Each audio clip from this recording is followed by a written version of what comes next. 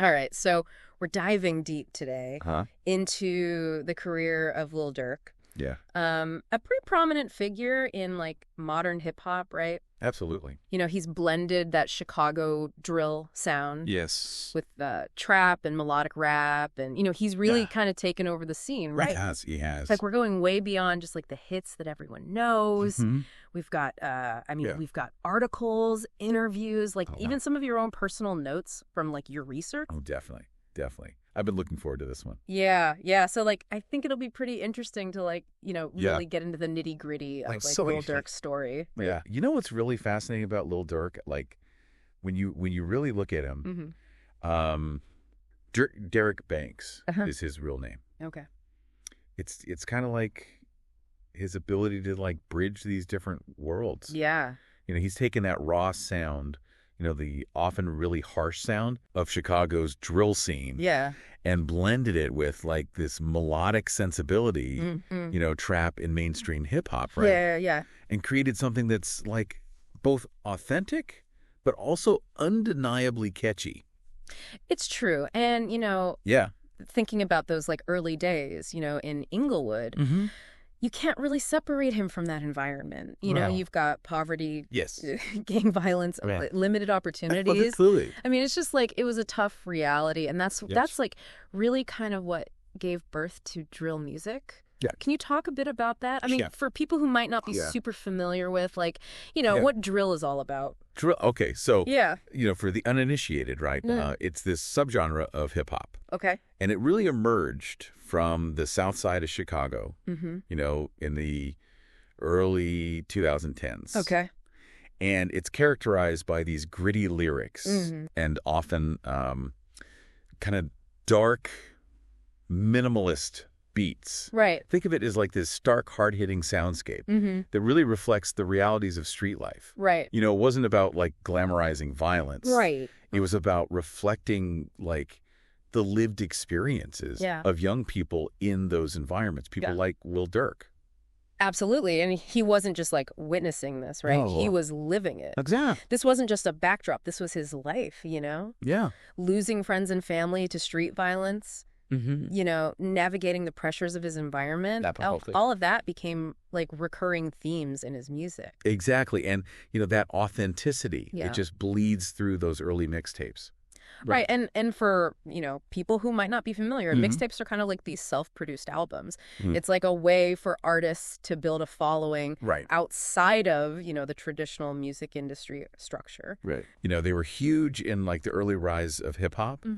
And for Durk, his 2011 mixtape, I'm a Hitta, that was pivotal.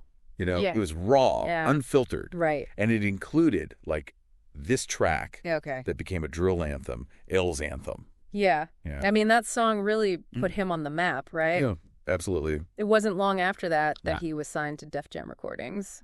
Talk about a breakout moment, right? Yeah, huge, huge moment. But even with that, like even as he was signing with this major label, Lil Durk didn't like stay confined to that pure drill sound. Right. His music started to evolve. Right. And as he matured, so did his music. Right. We start to see this, this evolution in mixtapes like Signed to the Streets from 2013. Hi. He's still rapping about street life, the struggles, the losses. Right. But there's this new layer of introspection. Yeah. More melodies kind of creeping in. And then, Remember My Name in 2015. That kind of solidified it, Okay. He was more than just a drill artist. Right. He was becoming like a force in hip hop. He really found a way to balance that hardness of drill with something more relatable, more vulnerable. Definitely. And it was a smart move because that's what starts to attract that attention from outside of the Chicago scene. You get those collaborations with French Montana, Meek Mill, Young Thug.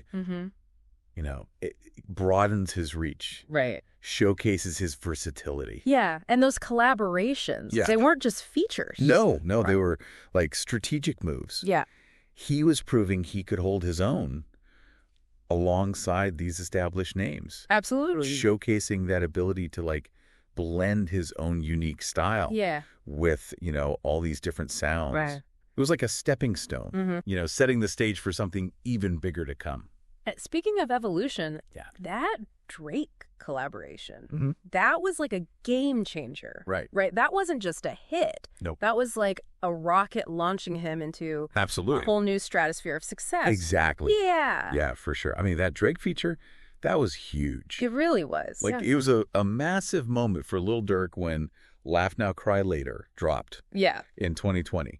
Suddenly, he's on a track with, like, one of the biggest names in music. Right. And he's topping the Billboard charts, reaching a whole new audience. It's like that Drake, you know, cosign. It gave him, like, this instant validation. It did, like a stamp of approval from, like, hip-hop royalty. Yeah, exactly. And he didn't waste that opportunity. Well, no. What I find really interesting is that he kept pushing, like, creative boundaries. You know, remember Love Songs for the Streets, too? Yeah. That project, I think that surprised some people. It definitely showcased a different side of Lil Durk. Right. You have this artist who's known for, you know, these gritty street narratives. Right. And he's dropping an album filled with songs about love, loyalty, heartbreak. You know, it wasn't like a complete departure from his earlier work, but it was a clear evolution. Yeah, like tracks like Green Light, Bougie, featuring Meek Mill. Like, they really showcase this, like, new dimension to his artistry. Yeah. You know, proving that he could do it all. He could do it all. Balancing, you know, those harder-edged themes with something more introspective, more emotional. And then, you know, that leads us to The Voice. Right. An album that was released the same year as Laugh Now, Cry Later. Okay. But with a much heavier, more personal tone. This wasn't just Durk, like, rapping about life on the streets. Right, This was him processing real profound loss. You're talking about the loss of his brother, D-Thang, and his close friend and collaborator, King Von. I mean, those tragedies deeply affected him. They did. And it's all over that album. Yeah. The Voice is raw. Yeah. It's vulnerable. It's incredibly powerful. You know, you can hear the pain and grief in his voice on tracks like Stay Down and Backdoor. Right. But there's also this underlying sense of determination. Yeah. This will to keep going despite the immense weight he was carrying. I was blown away by the vulnerability on The Voice. You know, you mentioned determination. And that's what really strikes me about Lil Durk. He channels those experiences into his music. And in a way, it becomes a source of strength. Absolutely. Not just for him, but for his listeners, too. It resonates with people who have experienced, like, similar hardships. Right. Similar losses. Yeah. It becomes this reminder that they're not alone in their struggles. Yeah, and it's not just about surviving, right? Oh. It's about finding a way to thrive. It is.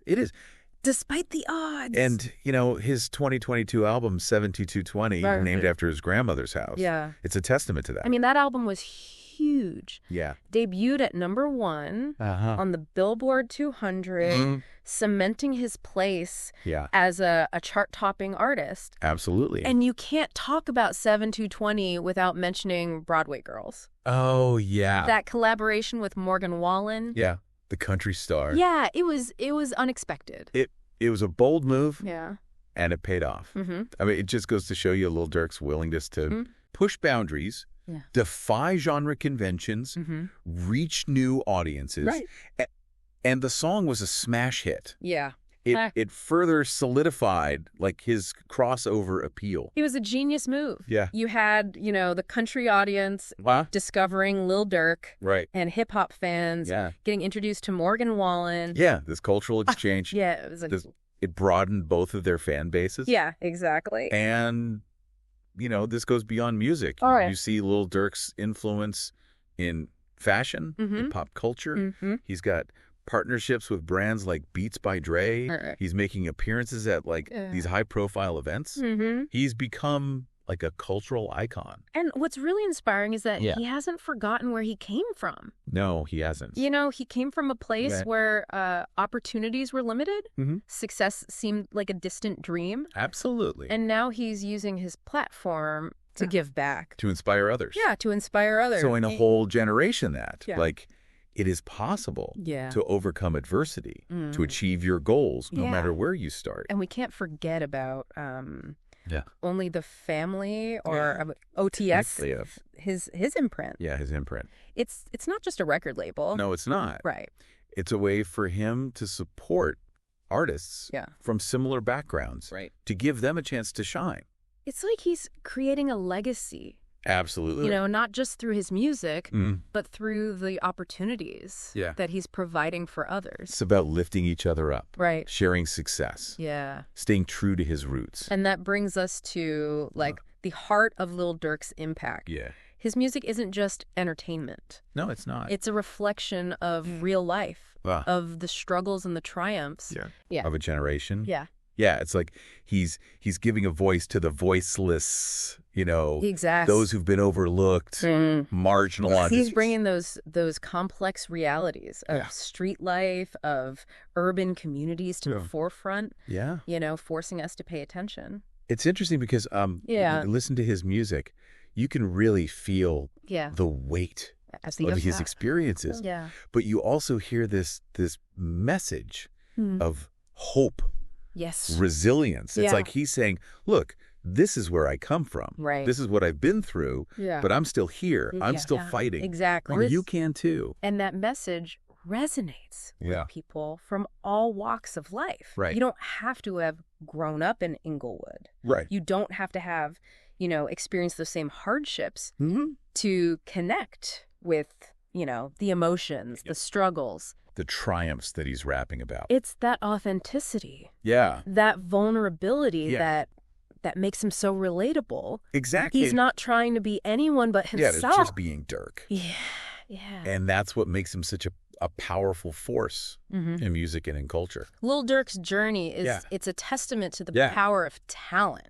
Absolutely. Hard work and resilience. I mean, think about it. Think about it. He's faced immense challenges, personal tragedies, systemic barriers, and he's never given up. Never given up. He turned his pain to purpose, and he's using his platform to inspire and uplift others. You know, as we wrap up this this deep dive into Lil Durk's world, it really makes you think what other artists are out there who are using their platform to make a difference. To connect with audience. To connect with audiences on that same level of authenticity, resilience. Right.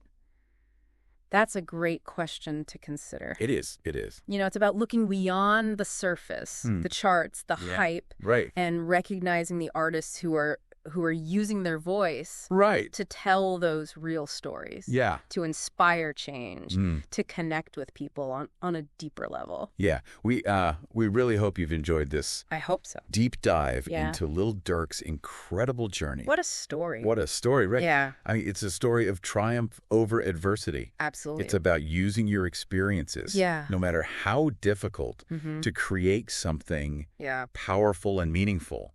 Couldn't have said it better myself. And just maybe it's inspired you to seek out other artists, other stories, that challenge you, that inspire you. Keep exploring. Keep exploring. Keep listening. Keep listening. And keep diving deep. And we'll keep diving with you.